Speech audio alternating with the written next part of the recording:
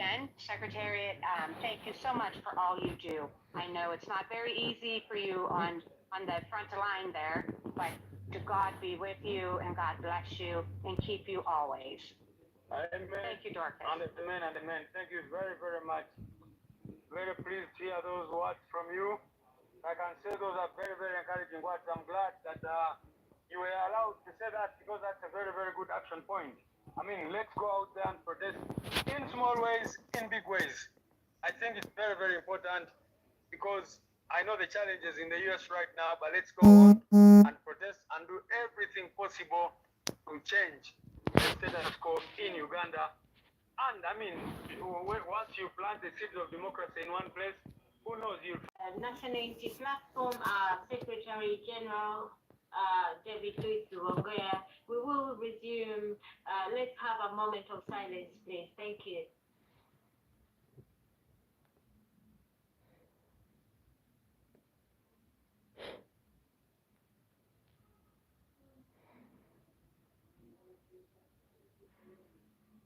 Recording stopped.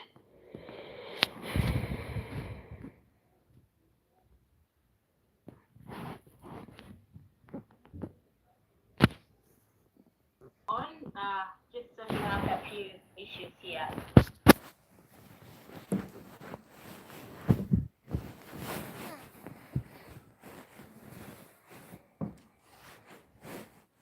I think he's available at the minute. I'll give the mic to Tina Mirembe. Please unmute and speak to us. Thank you. Yeah, Mohammed, whoever you are, you will not be permitted to do anything. This is a meeting that is addressing friends of Uganda, Ugandans. So do not disturb. We will not entertain your nonsense. Yes, comrades, go on. Yes, Dorcas, thank you. I just wanted to elaborate a little bit more. I know Secretariat, he had to go, but I wanted to fill him in because a lot of things, I can't, here, can you send me a thing to unmute my camera? Yes, you should have, yes. Okay, thank you, Dorcas. I just wanted to elaborate just a little bit more on what is going to happen here in the USA next week. We can't really put a lot of things out there because some of our brothers and sisters, are not quite citizens yet here. And, I've even heard of people who had green cards who have been removed and things like that. So, but, however, we're not going to let that stop us at all.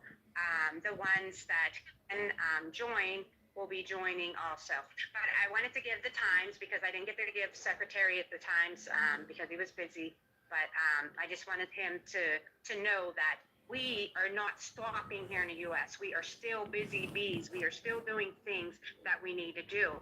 We still are writing to our congressmen and women, and we're staying on top of that. And I keep encouraging our brothers and sisters here. No, I understand that some cannot be on the streets, but you can be behind these screens and you can be writing letters and things like that, making phone calls, different things like that. So we're not stopped.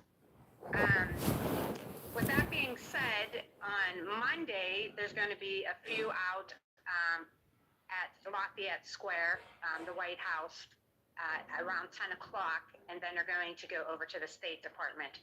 I can't join them on Monday due to appointments and things like that, but I will be there on Friday. And they will be joining me as well. And I'm going to bring some people with me, and then other people are going to meet us there. Same time, it will be 10 o'clock. We're going to meet at the White House, and then we're going to go over to the State Department. Yes, we are having some tough times here in the U.S. because the circumstances with, foreign people being deported and things like that. However, don't stop. Don't let that stop you. You continue writing your letters, continue making your phone calls, and raising your voices. And I want to say, I'm a Ugandan too. If you have something you want to be brought out on the streets, feel free to call me. My phone number's everywhere, or inbox me, and I'll make sure the point gets brought up.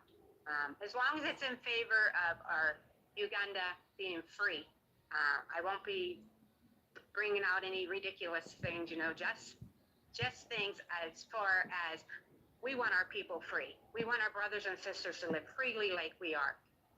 And with that being said, please feel free to inbox me, feel free to call me with any concerns. And I mean serious concerns, no nonsense. We don't have time for nonsense. And we need to be, our voices need to be heard. We need to be speaking out there on those streets as well as sending our letters and stuff. So me as an American Ugandan, I'll go out there and raise the trumpet as much as I can. Like I said, if you can join any of us on Monday or Friday, feel free to join us. Because we can't stop now. Now is, like I keep saying, now is the most important time. You know, we Ugandans have been out on the streets for how many years to say, stop the funding to Uganda. And finally, the funding stopping to Uganda. So for us to go quiet now is not a good thing. So, like I said, if you can't be on those streets, there's no excuse for you not to be able to write letters, like Secretariat said, you know, to Congress and things like that. Difficult times, you know, it's just like, looking at it this way, it's just like our brothers and sisters who are on the soil right now. They're going through difficult times. They're being abducted. Look at Eddie Matway. You know, different ones are being abducted because they're standing and they're doing what's right.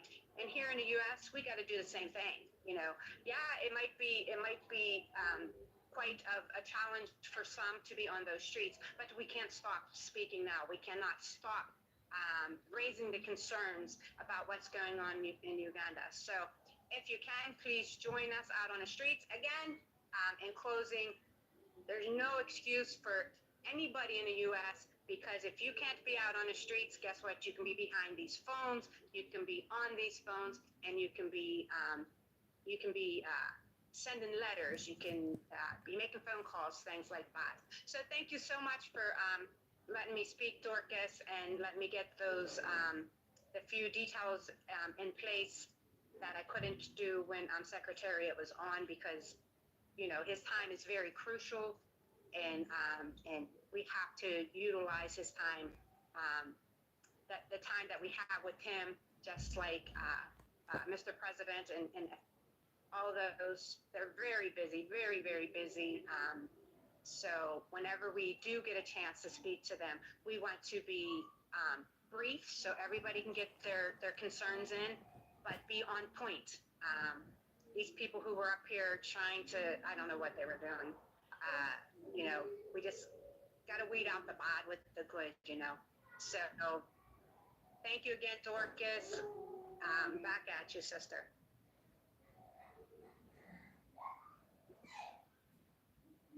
I don't know if you're still having difficulties.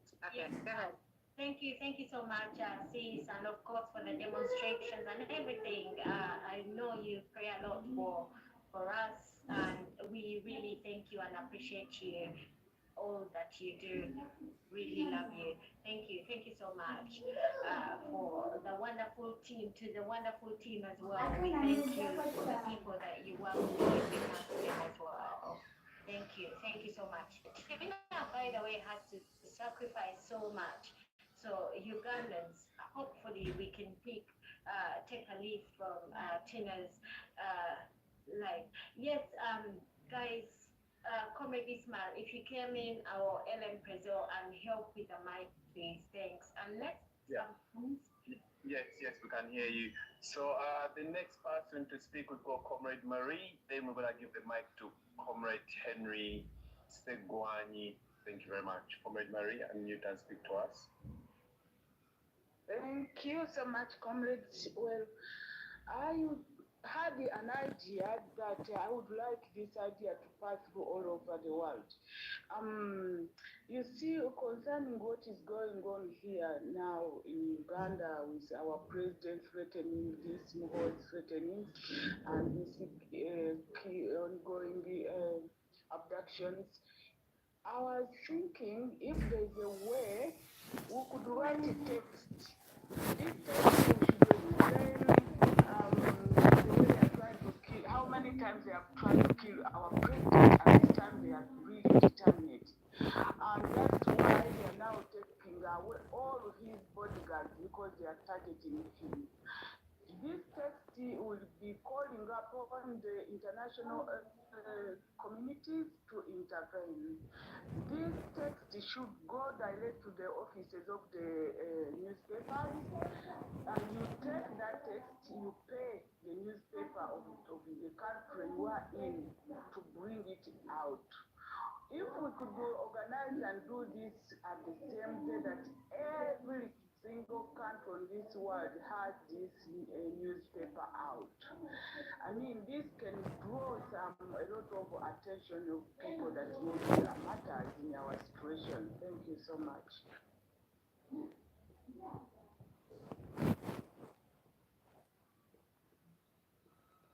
Thank you. My mic was muted. Thank you so much. Comrade Ismail, you're muted.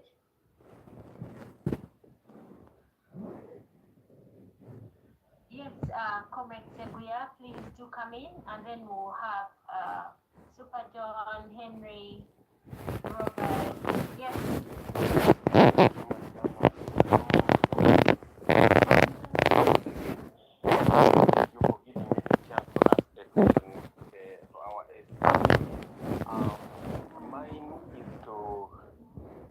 Is to pass on the message, like Dr. Mungadi said it before, that we have the space, the night shift, it is already there on a daily basis.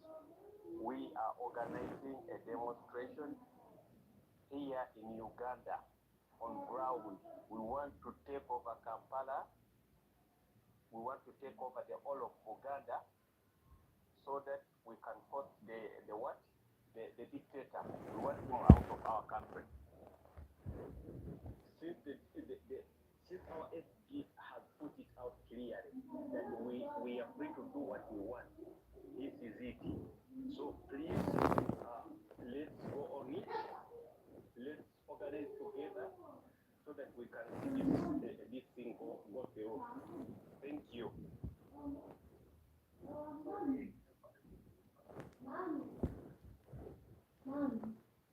Thank you so much.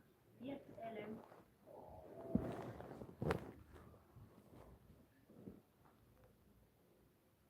wange mugeeko. Issues with the mic and the call. Okay. Can you hear me loud and clear? Yes, yes, thank you. Thank you so much. Could we please take another hand, Super, and then Ellen, you pick up the, yeah, thanks. Yeah, thank you. Doctor goes for all the speakers, especially from Medicina, for the resilience yet. I would say you're a sympathizer. First, I would do more talk on to apologize to one of our comrades. Actually, she's called Damat. Being in actually, there is one of the comrades here who kind of took personal and reached the extent of calling her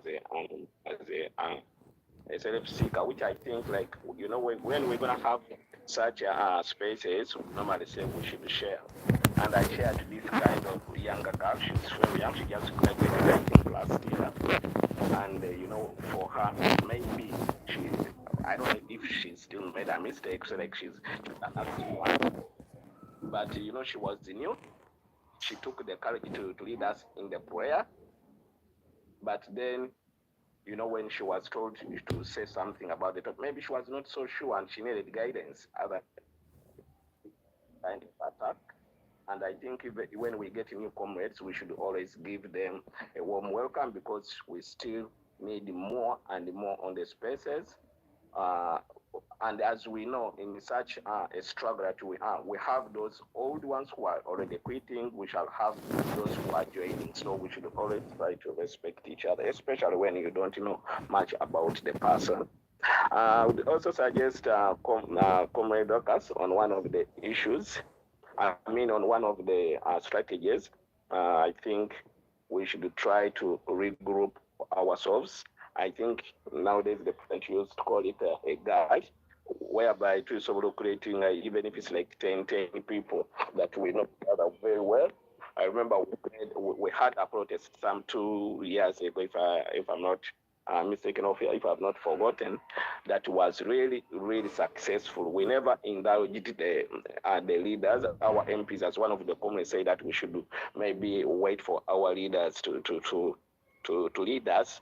Of course, it would be so nice if they let us. It would be very, very nice. But you know very well that the true leaders that we are having now in the opposition, those that we know, they are very, very, very, very, very few. And we should not narrow this struggle to only these leaders. We should know that it's a struggle for all Ugandans and all Africans who are concerned about Africa. So also we should do kind of, as Mr. Robert said, yeah, of course, he recommended that we should be sharing, inviting. But then that comes back to what I've just said. In case it's a new comrade, like for example, this lady, if I don't think she'll even have more courage to come back, because I think she was kind of directly attacked. Thank you so much. And I call upon us to regroup ourselves. Let's make WhatsApp groups the way we did. And I think, Madam Doctor, I'll come to your inbox. I think we need to do something very, very serious, because these guys are taking us for granted. But like, he knows very well what he's doing is very wrong, but he continues to post everything arrogantly because he knows the Ugandans cannot do anything about it. Actually, that's why I can't be carried away by what this human rights thing they are saying and so on, because I know very well, maybe they want to show, the international that they are doing something, but we already know. Okay, they say they wrote this to see to the CDA yesterday. Have they released Edinburgh till now? Of course not. So, comrades, I think the more we are getting silent on things that matter, is the way we shall continue crying, and is the way we shall continue dying. Thank you so much, Madam Docas, for the resilience, and of course for giving me the opportunity to speak to the world. Yeah, thank you very much, Pardon, for your submission. What I could appeal to you is to speak to that lady that you're referring to, not to take anything that was said on the space as personal. We are one family. Some things might not go right, but you can take a responsibility to speak to them and ask them to come back. We're not enemies. Henry Segwany, I don't know if these guys who raised their hands are already spoken.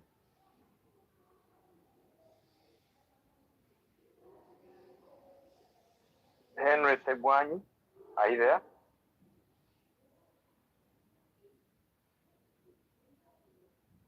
You can unmute your mic and speak to us. Yes, hello everyone here. My name is Segwany Henry, and I'm a member of the Uganda is Breeding, and thanks for the admins for this kind of preparations. Actually, it was through, I think I'm going to ask someone who asked the SG about the NOPA Leadership School students joining this platform. Me, personally, through this Uganda is Breeding preparations, I was able to get a scholarship for the American Leadership Academy. And even today, and I think every Saturday, I always share these links in the groups of my fellow alumni for the NOPA Leadership School. So I think I get to answer that person that asked the message about the students are joining these platforms. So, and my other thing is I'm going to contest CAM 26, but it's not a do or die for me, because every time I think about coming to contest, to get a ticket or something, and then the situation at home is just terrible, people are being abducted and stuff. I feel like my mentality now is more about changing the all leadership, in Uganda. So that's my mentality. I will thank each and everyone here for your time and engagement. It's really interesting, and it gives us hope. Tina Milim, you stand with us each and every time. So even I don't know how we can pay you back, but hopefully everything goes as planned. So thanks everyone. That's my submission. Right. Thank you very much, Henry, for your submission.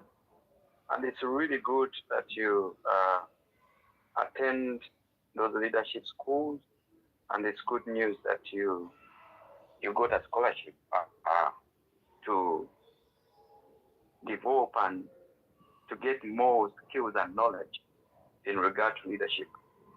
So keep inviting those comrades to come and join such platforms, and we share, we learn, we unlearn those things that probably are not working for us, and then we learn new things that can be able to propel us through this revolution of removing a dictator and changing the trajectory of our country, Uganda. Let's have Robert Kitunzi next. Robert Kitunzi, can you unmute your mic and speak to us? Hello, comrades. Do you hear me okay? Yeah, we can hear you loud and clear. Robert Kitunzi, could you let us, I want to have your take on the protest vote and any other thing that we can do before, during, and after that process. Protest vote. It's like an entry. Is it like okay, protest vote. I think this is a good thing. We, at least this time around, that at least we have a yardstick or a methodology of how we can go into the next coming elections. Instead of like just going into blind in the elections, just looking at the numbers without any strategy. So yeah, I think it was a good thing to come up with, and I think you can see what it has led to. Everyone is in panic because they don't know what it really entails. What is a protest voice? Where does it start and where does it end? Yeah. So the way I understand it is that we can mobilize as many people, those who are eligible to voting, and those who are actually even not eligible to voting, to go there in solidarity to those who are eligible to voting. They cast their vote and they have to stay their ground until they count the vote and they get the winner of whichever voting location. And then we know that we have this winner, we have our declaration form, and then we're good to go. And we do this across the country, yeah? And then we can always follow these, because every voting, once every voting is ended, then we have to go to all these district centers and all that stuff where they do the deliberation of who has won. So once you have everything in your card or your declarations forms and whoever's won, there's no way they can really announce someone which is pretty contrary to the figures. So it's pretty much a more data-oriented strategies, because you can't cheat the data. Facts are facts. If you have all the forms, the declaration forms and the winners, you can't invent figures like you saw what happened with the Kawempe, yeah? Much as some of the centers votes were not counted, but there were overwhelmingly very many that they couldn't cheat. So, and again, I agree with the SG. If we overwhelmingly vote, there is no way Biarakama, however much they have a gun on his head, he can read something which is ridiculous because that is putting the country at risk of going amok. So what I encourage each of us is that we encourage our family members to sit with their, check whether they are registered and they're ready to go. Yeah. So that's pretty much very straightforward. So what they don't know is that, okay, if we cheat them, what are they going to do next? So that's why they're in panic. And we can all agree, all of us here, Museveni has no any vote anywhere, whether it's in Western Uganda where he was saying that that's the Mecca, or in a well that was the Mecca. He knows he cannot win legitimately. So, but he's scared. However much he wants to read, what's next? What is the country going to do? Yeah, and I bet Museveni cannot do whatever he did last year, trying to gun down people like Mase, this, because all eyes will be on us. So he's scared. That's Mase, why he's trying to demoralize the get me a pen and a paper. ordinance and try to kill our mood going into the next I election. have my small notebooks around. Get me one. Voter apathy. So he can manipulate that to his advantage. But as long as we're in many numbers, there's no way he can fish and come up with figures like he's been doing too. So it's very straightforward. Go there, vote, wait for the winner in your location, get the declaration forms, because they cannot come up with declaration forms from the location to the district center. Oh, so that's pretty much very straightforward. Like I said, they don't know what is happening if they will read. That's what is causing them to panic. So that aside, what do I want to talk about? I think we in the diaspora, we need to probably, I wouldn't say personally, I think we've not done enough. I'm speaking from the Swedish side of things because I'm based in Sweden. A lot of people have gone into silence. I commend people like in the UK, commend people in the United States. At least you've been vigilant since the last elections. But a lot of people went in the mood. They had thought that, okay, it was just a walk in the park, we would win the elections, and the Abakama would announce us. And so they have not come to the reality that we live in abnormal times when it comes to our country. So the things were the way they were because of the militarism and the dictatorship we have in our country. And by the way, we didn't know that we have people who are within us who are working for the state. So imagine if we had gone into, assuming that the Arakam had announced us, would we have found a chance to govern the country when we have a lot of these imposters who are within us? So I think that was an experience, and that's something we have learned from. But going into the next elections, I think we're stronger because we know we don't have so many moles. I'm not saying we don't have any many moles. We still have some yet to be identified, but we still at least in a very solid place than we were last year. So what we need to probably encourage our brothers and sisters in the diaspora is that they need to come out of their slumber and they, support our party, which is probably the leading opposition. If we can talk about opposition, I think I don't know any other party which is really in opposition. All the others have gone into pieces. You hear now Mao coming in as someone who is contesting about DP. You don't know whether DP is still there. So I think what we need to do is to encourage our brothers and sisters in the diaspora to come and support the party the way they did in 2021 and probably 1,000 times, because we We're more stronger, we're more resilient, and we have a solid candidate in our President Robert Chagulanyi Sentamu, and we have a very strong team since then. So, and then why I say we've not done enough, besides the politics in Uganda, there's a lot of other things we can talk about or agitate about. I'll give you a few things here in Sweden. In Sweden, there's a project in northern Uganda. They call it the Forbidden Forest. You can even go to YouTube and type in the Forbidden Forest. This is a project which was financed by the Swedish government way back in the early 2000s. And this project was to plant pine trees.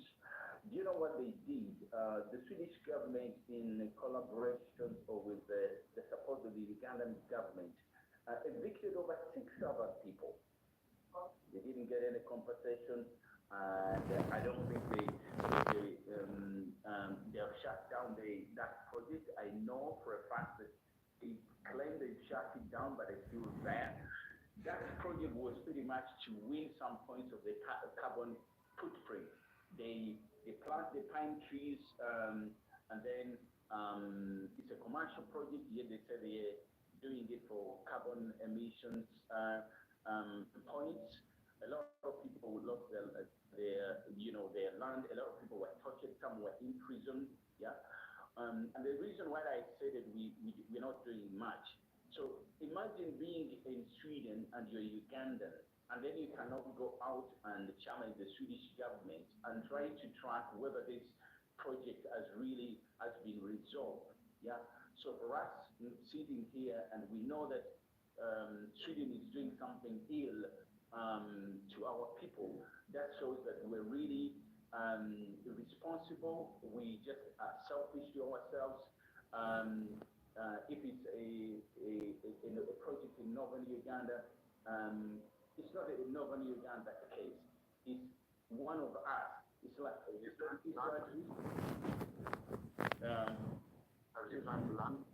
excuse me? As you plan to conclude? So as I plan to conclude, is like there's a lot of these projects. That project in northern Uganda is not the only thing there. So I guess what I brought up this project is that we always normalize issues, and we're disinterested in certain issues which happen in our country because they don't concern us. There's a similar project in the Bunyoro whereby you have some Germans evicting people, the government is evicting people to give the Germans to plant coffee, which they benefit, our people don't benefit. You go into Soka, there's also another forest project there. I've had a lady from Kamuli there, and then you find that some of us were not concerned about things because they're not in our region. And this is the same case when it comes to politics. Yeah, just because something is an NUP, someone in FDC or PFF answers, okay, those are the no boys, and if they arrest them, it doesn't concern me. Yeah, it's a Buganda issue. Whether since it's happening in Buganda, it's not our issue for us who are in northern Uganda or western Uganda. So we tend to be selfish to our own interests instead of speaking with one voice and then agitate for change. So what I'm calling upon, let's try to be in unison when we're trying to force change. Let's try to stand, let's feel pain for our brothers when they really, it's like the theme of today, injustice to someone is, to anyone is injustice to everyone.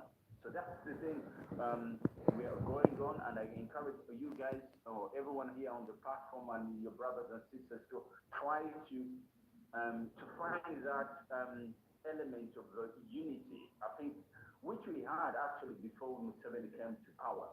Lastly, I must say that for those who are in Sweden, we have a demonstration next Saturday.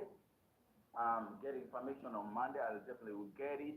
For all those who are in Sweden, if you're here and you are from Sweden, we're going to demonstrate whether or not Eddie Mutwe is released. We're going to do advocate for change. So many people are missing, the machetes, the 18 missing people, etc., etc. So whether or not they release him between now and next Saturday, we're going to be on the streets.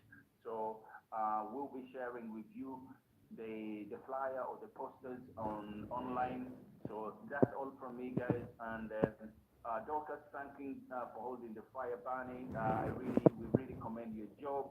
I wish you could really pass on this word across the entire Ugandan community within the diaspora and home. Thanks a lot. Yeah, thank you very much, Mr. Robert Kitunzi. I just hang it right there.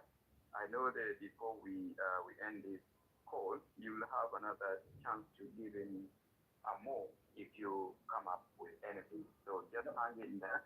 No worries. I'm still on the platform.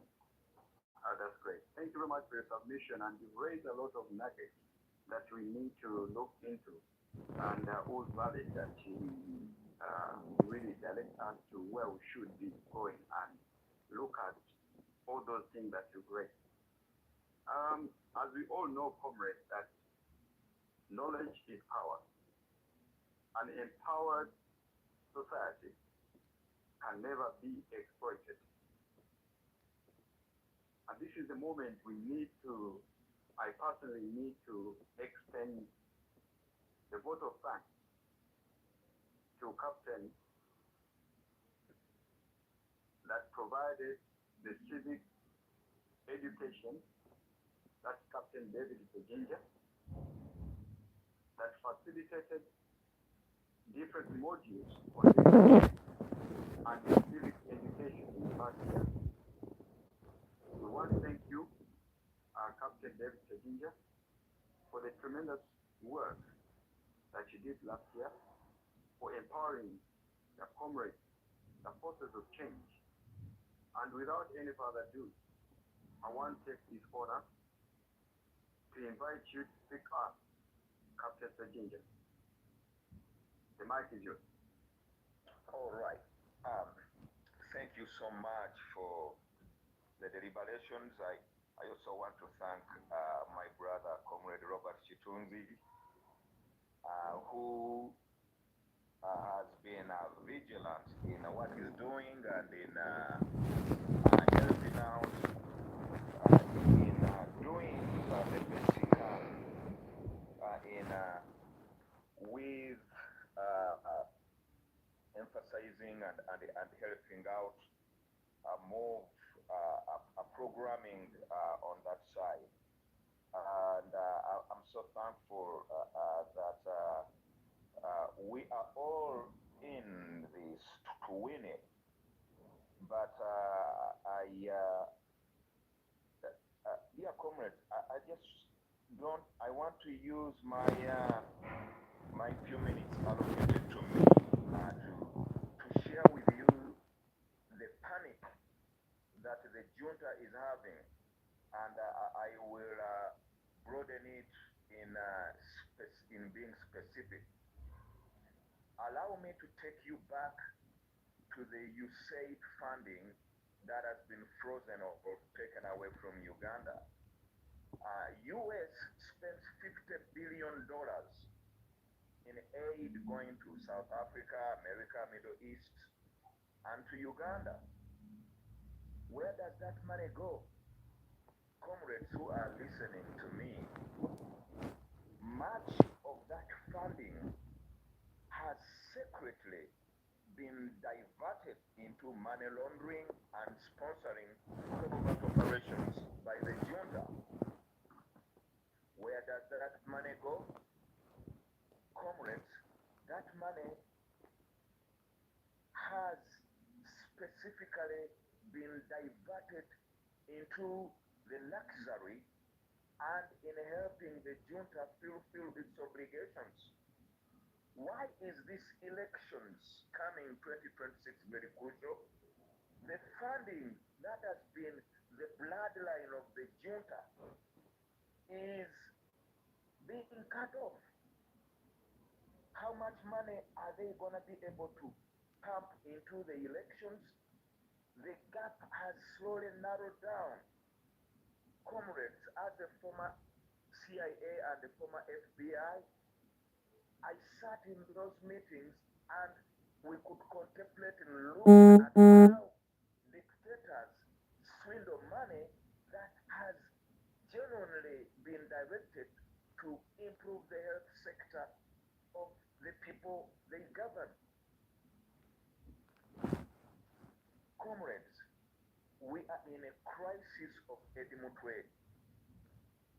Being in the junta's son's basement, that pained me so much. To give you a quick background, Edimutwe is one of our students who were supposed to have graduated this last week at Utah University. And when his name wasn't pronounced on the graduation list, do you know how that made me feel and other faculty? And so, what do? We continue to agitate. We continue to move forward. We are not giving up, and we are not losing the hope, and we are not, and will continue to agitate for change in our beloved country. But colleagues, may I inform you, if you are going at Entebbe Airport today, or for those that have been at the airport recently, SFC has now taken command of all SFC airport entrances and exits. They don't have a name tag. Now they are in charge. What exits and passengers coming in and out. And of course, some of these are general knowledge. But they are on alert. Why are all these cameras being planted to whatever they want to plant? Things are not at ease, ladies and gentlemen. They are continually being squeezed. Why? Because they know the context of the protest vote. You and I understand, and from a philosophical point of view, my brother Robert has explained it very, very well. And he has articulated it so well politically that it's scary. They don't know how to interpret it. They don't know what the people are thinking. The Kawempe scenario is still a vivid wound within their souls and a repetition that is going to happen, but they don't know. Within the military rank and file of UPDF is also an eyes and ears on what happened and being caught off guard. So all those things, colleagues, are a pain in the rear end, but not knowing how this is going to pan out and to be able to persist and to move forward. And so it's painful for them because they don't know, and the bloodline of funding is being cut off. What does that mean? That means that it's going to be very difficult. It's not going to be life as usual. Where are they seeking now funding? Well, Russia can send in few old junk equipment to help with UPDF or Korea or whatever, Middle East or Dubai, whatever they can get. On the European side of things and on the US side of things, things are no longer at ease. And so in conclusion, ladies and gentlemen, I want to emphasize the fact that we are not surrendering. We are not giving up the fight. We are close and we are getting there. We are also going to be starting our Uganda is Bleeding political leadership workshops this month of May. And I also attribute this to Dorcas and the board members on the committee. Some of our students have been very, very wonderful, and their graduation is coming up as well. And we're going to be getting to our next intake for September. So I'm sending a shout out there for you that are listening to me to please jump on and join in and register and enroll. In conclusion, I'm optimistic, colleagues. that the revolution continues. The revolution is on the right march to freedom. We are putting our shoulders to the wheel. And in the end, we shall win the fight and we'll get the noble cause. And the victor's crown will be ours. I salute. Yeah, thanks so much, Captain Ginger, for the work, wonderful work that you continue doing, empowering the mind of the community to understand and acquire the skills and knowledge on how to use non-violent methods to dislodge a tyranny or a dictator within Uganda and elsewhere in Africa. That alone has made a significant difference to the comrades that are part of the group that is acquiring that skills and knowledge that you're providing. I can't thank you more, but I appreciate on behalf of Uganda's leading and everyone who is on this stage for the work that you do. It's priceless, and we are honored to have you on this stage. Thank you very much. Let's have James William Mugen. Member of the 5 years. If we still have more time, we can give more time for people to speak. But anyone who gets a mic, please use 5 minutes. James Mugen, can you unmute and speak up, please? All right, thank you, Evan Kwezo, and the few friends who have presented before me.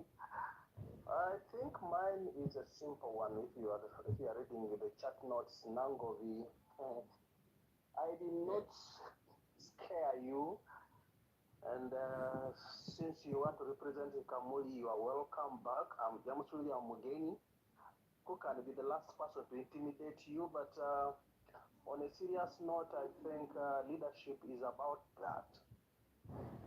You had the space to speak before the Secretary General, and you are the first person. Thank you for the prayer. And then after that, I want to tell you what we call elevator speech. An elevator speech, if you have ever moved through buildings that are tall, you have elevators moving you through walls. Elevator speech is a speech that makes impact. You have come for the first time and you have given you an opportunity as a first speaker. You want to represent Kamuli. And we already had burning issues on table. Eddie Mutwe, you can't fail to talk about Eddie Mutwe immediately. Kamuli is a district that some of us have served. We know very well. So if you are coming and you want to be a leader, it's called elevator speech. You don't have to be intimidated, like a friend has said. Just make sure you are able to speak. One, the Secretary General is there. You want him to know you. Two, you have us in the audience who are giving you our time. Some of us, time is very precious and not wasted. And so when you come, make impact. Prepare, know the audience. I actually have a colleague who said it brought you should have already told you where you are going. Imagine Kamuli, we are talking even about rare earth minerals. We have been talking about this every day. A colleague, even me, I didn't know we had rare earth minerals in Busia. But I learned it from a space, the night shift. So these are places that you should be in, and when you are there, sometimes you have to take the fire. So the saying that you'll not come back is not right. If you don't come back, then you're not a leader. And that's what, on my part, I didn't intend to intimidate you. You found me in bad moods. I didn't sleep over Eddie Mutwe. And if you had listened to my introduction speech, it was fire. I ended up saying, as a country, we are jokers. This should stop, must not continue. I had already condemned the medics where I belong. I had already condemned people telling us about somebody who has died, that he has been a kind man. I said, to who? Kind people are us, kind people are here. So when you came, I was in bad moods. But as a leader, you who wants to, you who wants to come in leadership, know what they call elevator speech. That's why you carry business card. You have gotten in a lift, you now not understand, you say, yes, my business card is here. Make sure your business card has what will make you call back. Make sure your business card has your phone contact. So Nangovi, it's an opportunity. Opportunity knocks once. Chance is for those who are prepared. So you had a chance, you had an opportunity, and this world is a world that makes leadership. So come back. You will be trained to be a leader. And since you have just graduated from the university, maybe that's why you couldn't handle the space that you are given. Thank you. Have you landed, Dr. Mbit?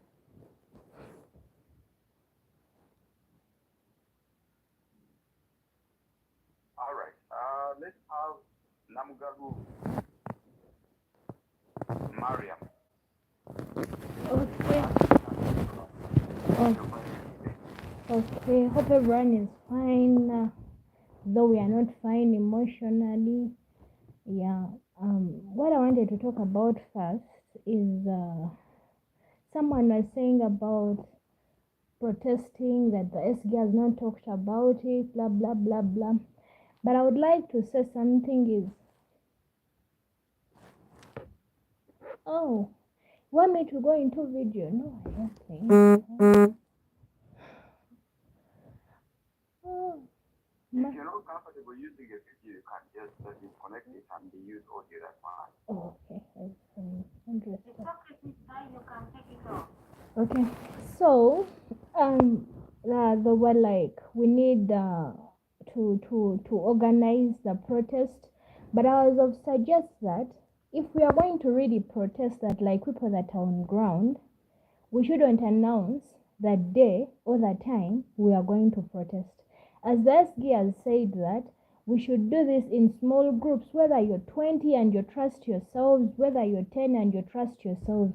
What I would think is everyone that is ready to go on streets is to be ready for that day.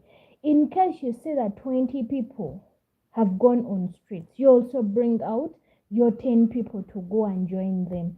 Because also announcing the day, like when we organized the march to Parliament, it was really too hectic for us that by the time we got on the road, everyone was being taken away.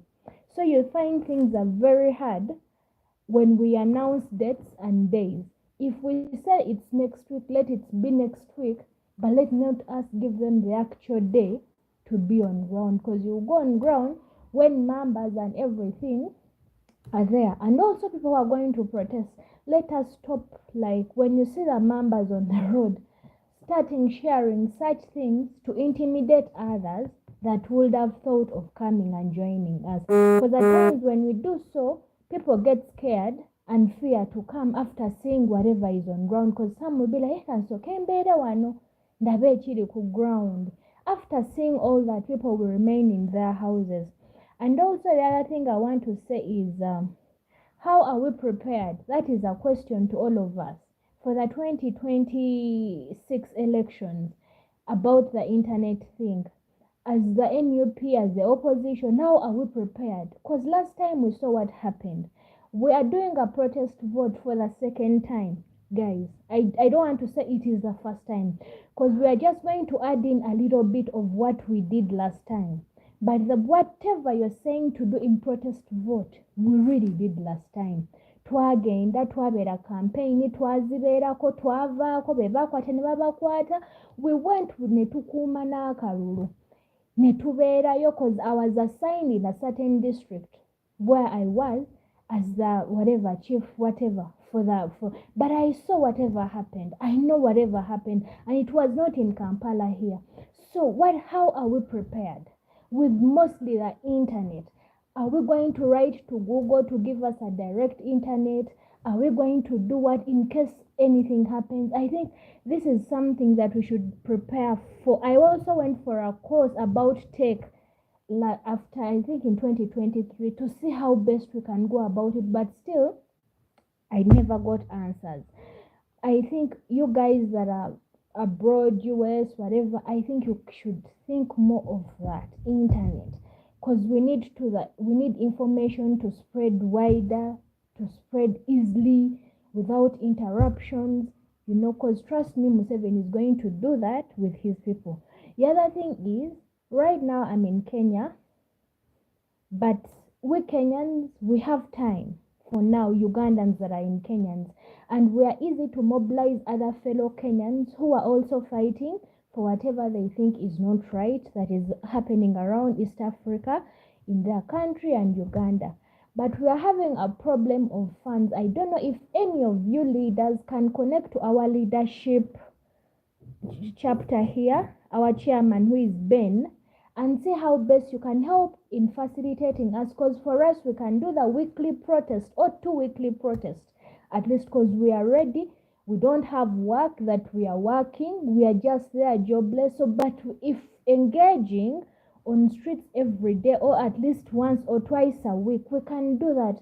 But at times we need facilitation that becomes hard for also, the chairman to mobilize and do the needful. I don't know if our secretariat can look into that, or people out there that are willing to help and talk to our chairman and see how best we can go about it, because we really want to do it, and we are near Uganda. That if anything happens, because for us we are always in and out, anything that happens, we are the first people that can always run to go and rescue others that are in Uganda. I think lastly, I would also want to talk about his also adding power or manpower in the pressure groups that are in Uganda. When I was on the boards of Mission Riders in 2021, when they arrested the president in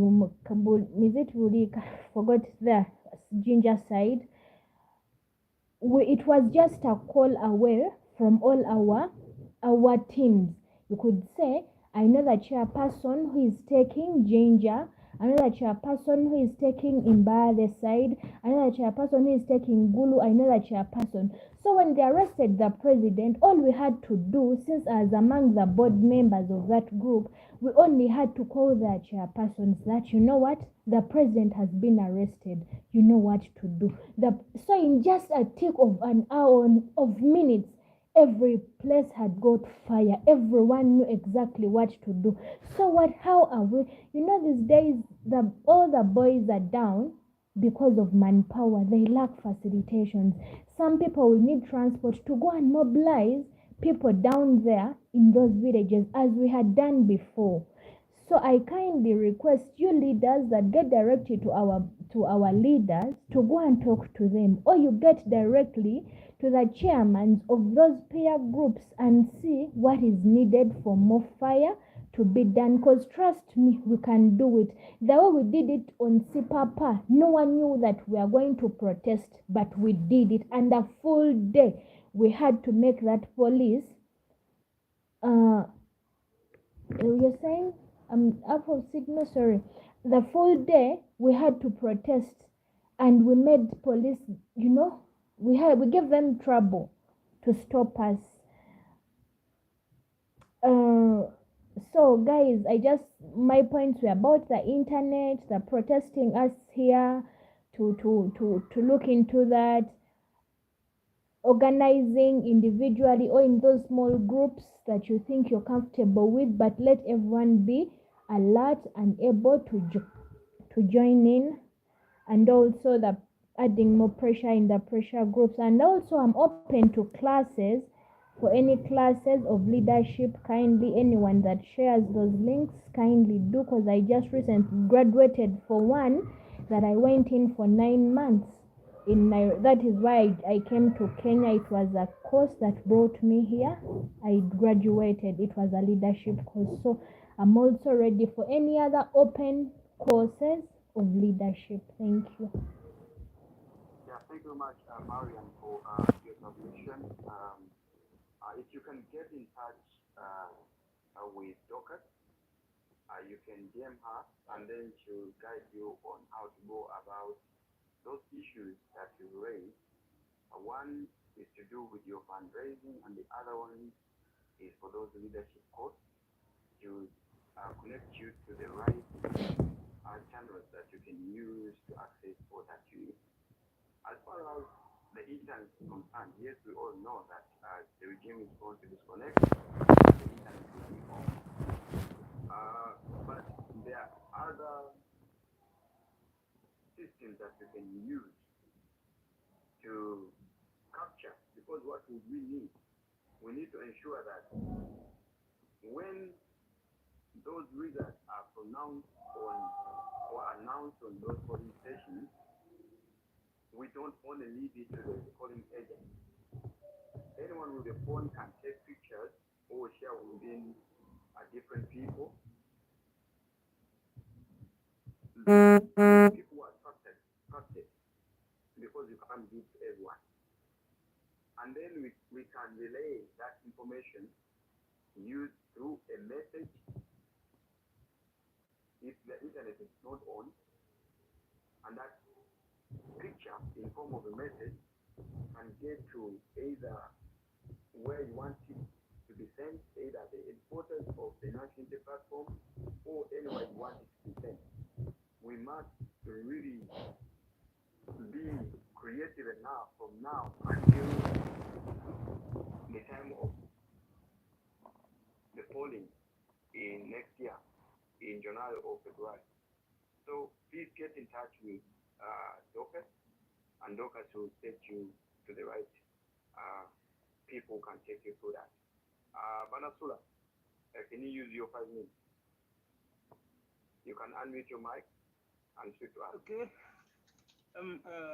Thank you so much, Comrade, for this opportunity.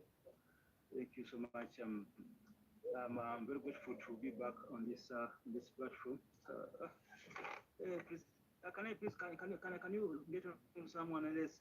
I'm going to be a bit absorbed by some customers. Can you please let us know when you're ready? I'll let you know. Thank you. Can we have Sam? Yeah, well, Sam, can you unmute your mic and speak to us in your 5 minutes? Mary Sam, Swedish chapter. I came in a bit late, so I don't know exactly what the SG had to say about whatever is going, whatever I said. I missed that. We have gone through the exposure. I think we have to start combining strategies regarding where we're going and where we're heading. Ugandans are very much aware of using the phones, taking pictures of what is happening, that is exposing whatever is happening. But then again, they're stuck in that situation, that scene. They take they expose, and then they do nothing about that. That's what they do. They expose. This is where we have to teach them to go to the next stage of empowering them to protect themselves after exposure. Because I saw some kind of a clip where they took a picture of some police people that were being patted down by the military or whatever it was. And one guy, she was telling another one, one of the people were trying to raise their voice and, okay, don't do this, they were trying to shout. I said, you shouldn't shout, we're just going to take pictures. And this is wrong, because if they had shouted, if they had done something about this, shouting or telling them to stop, that is the next stage we should teach them, empower them to protect themselves when certain things happen to them. Now the exposure, about the exposure, then they should take action about whatever is happening to them, instead of just turning by and taking video clips. we get a good picture of, I don't know if I got this information right, but from what I know, this guy, this MP in Kenya, Odongwere, he silenced a topic regarding murders that took place during the Gen Z, and he said it was an exhausted topic, and the parliament was okay with that, so it shouldn't be, it shouldn't be discussed anymore. And what they did is to gun him down. So, okay, they gun you down, then it's a topic that we shouldn't discuss. You see, it is sad. Now, these are the way to go. The way to go. You do some, you expose, and then there is an action taken to this. We have to learn to teach Ugandans to protect themselves. They have to learn how to defend themselves after exposure. It's not just a matter of, okay, we're taking video clips and that's it, and then we send them on the internet. This is not enough anymore. It is not enough anymore because they're dying. They're dying and they're being picked and murdered. We need to give them some kind of impetus for them to go ahead with some kind of action to protect themselves against whatever is being done to them. This is what I think is the way to go. We have to leave a certain area, or we combine a strategy with the next strategy in order for us to get some kind of protection from whatever is happening to people down in Uganda, and they have to do this themselves. Thank you very much. Back in Sweden, what are you guys doing in regard to the protest vote? To the what? Protest vote. The protest vote in Sweden. Yeah, in the Uganda community, in your.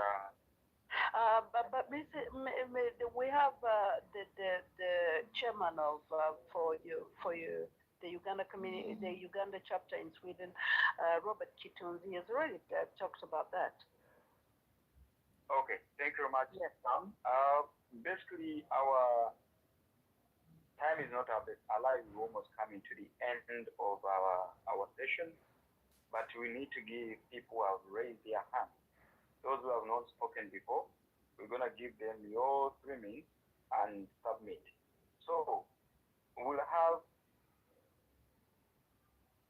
Sean, Clinton, and Mayanja Ben to submit in your 3 minutes, and then we go in that line.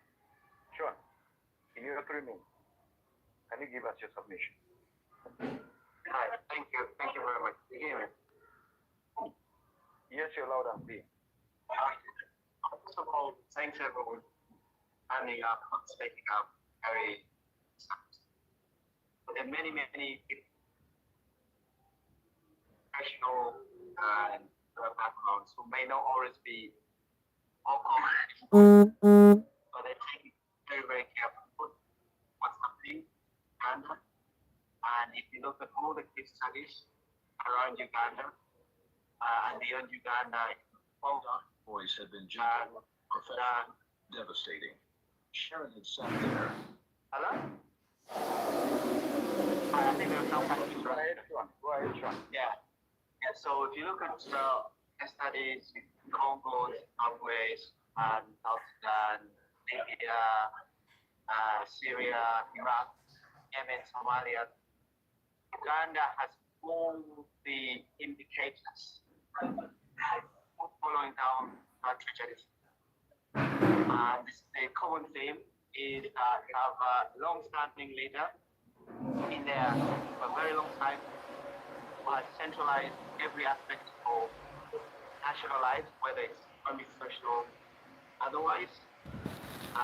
Unfortunately, the team services on the report there, and most of them believe it not. It's not explainable. Our media reports that the army went into police and the police station. So all of the indicators of a completely failing failed state. Now, when you are into the level of abuse, and by all accounts, is crimes against that, i.e., assassins, conspiracies, torture, murder,